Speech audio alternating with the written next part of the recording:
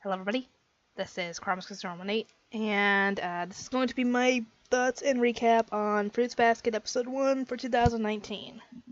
Yeah, this is essentially a remake now that they have the manga finished.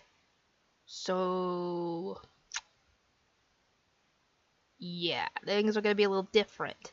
Some things are going to essentially be kept the same, like character names, personalities, but some things are going to be different because some of the things were different in the anime than they were in the manga. So yeah, I'm going to be discussing some of those differences as they come in the show. First off, characters look different. Toru in the anime before had blue eyes. She's got brown eyes now. I assume this is because, like I've said in the reaction, that their colors were different in the manga, so they kept with the manga look instead. Yuki's got gray eyes instead of his usual purple eyes, which I missed because I like purple. Though his eyes did glow purple before he left the house that night, so yeah. Shigure had grayish brown eyes before, and he's got a kind of grayish blue. And also their voice actors are different. So yeah, I kind of miss the old ones.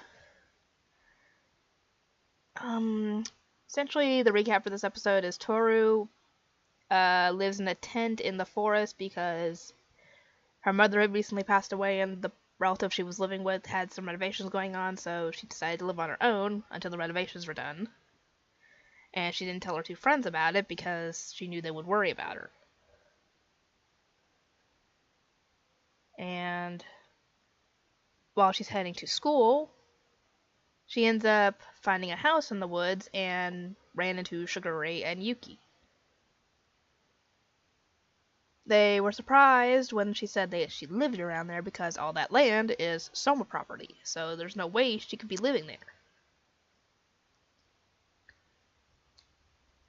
Let's see. Yeah, and also when she got to school, the Yuki fan club got onto her. So yeah, she's gotta deal with that. Dang. Sorry, I'm looking at my BitChute account, and one of the videos just surpassed the other in the most views, essentially. The 7 Deadly Sins Season 2, Episode 1, just surpassed Episode 13 of the 7 Deadly Sins, so don't ask me why. Anyway, yeah, but her friends helped her out and scared away essentially the bullies, because they were bullies. And it's shown they're in home economics, which is kind of funny because we learned that Yuki cannot cook. So it makes me wonder what his grade is like in that class.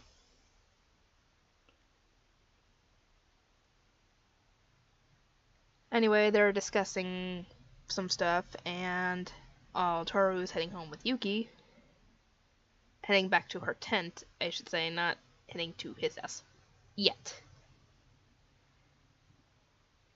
He lets her know that essentially the cat is stupid, stubborn, stuff like that. And he's not talking about the cat from the Zodiac legend. He's talking about Kyo. But she doesn't know that. And he doesn't outright state it, but I assume he's not a cat person from the way he talks. And we learned that Toru actually works just about every day, not only for tuition, but to save up money so she can live on her own someday. Which, commendable idea considering how much it costs to actually live on your own. Especially even at a high school, so with a minimum wage job. So, yeah. Actually, I don't even know how much she gets paid for that job, or how much tuition or a house would be for her, but anyway, as she's heading home from work, we find that she actually is pushing herself too hard, and she ends up getting sick. Shigure and Yuki actually find her in the tent. For some strange reason, Shigure finds that funny. And it's a good thing they brought her back to their house, because if they hadn't, she probably would have been killed in that landslide that ends up happening on her tent. And and they have her stay the night because obviously she's sick, and they keep an eye on her and Yuki actually goes to dig out the landslide with the help of a ton of rats. And we actually get inside that Toru regrets not saying essentially goodbye to her mother that morning before she died. And like I said, everybody has at least one regret. As for mine, I'm not mentioning it. Anyway, let's see. Anyway, the next morning, Yuki shows up and has all her things. Somehow, all her things in 2 little bags. I assume that's essentially the second trip he made, so he might not have had all her things in that bag. Or those 2 little bags, because they didn't look like much. And they offer her to let her stay in exchange for essentially being the housekeeper. Which is a fair deal. And she was essentially adamant against it, but they actually convinced her to do it. And as they're airing out the room because it's a little musty, Kyo pops up and literally crashes through the ceiling, wanting to fight Yuki. He almost succeeds, but Toru steps in and ends up tripping on a freaking board, landing on Kyo, causing him to transform into a cat. And she ends up doing the same thing to Shigure and Yuki, who transform into the dog and the cat and the dog and the rat. So now she knows the family secret. And yes, I have seen this show before. I haven't seen all the episodes. I've seen a fair amount of them. But like I've said, things are different in this show because they're going by fully on the manga this time. I assume.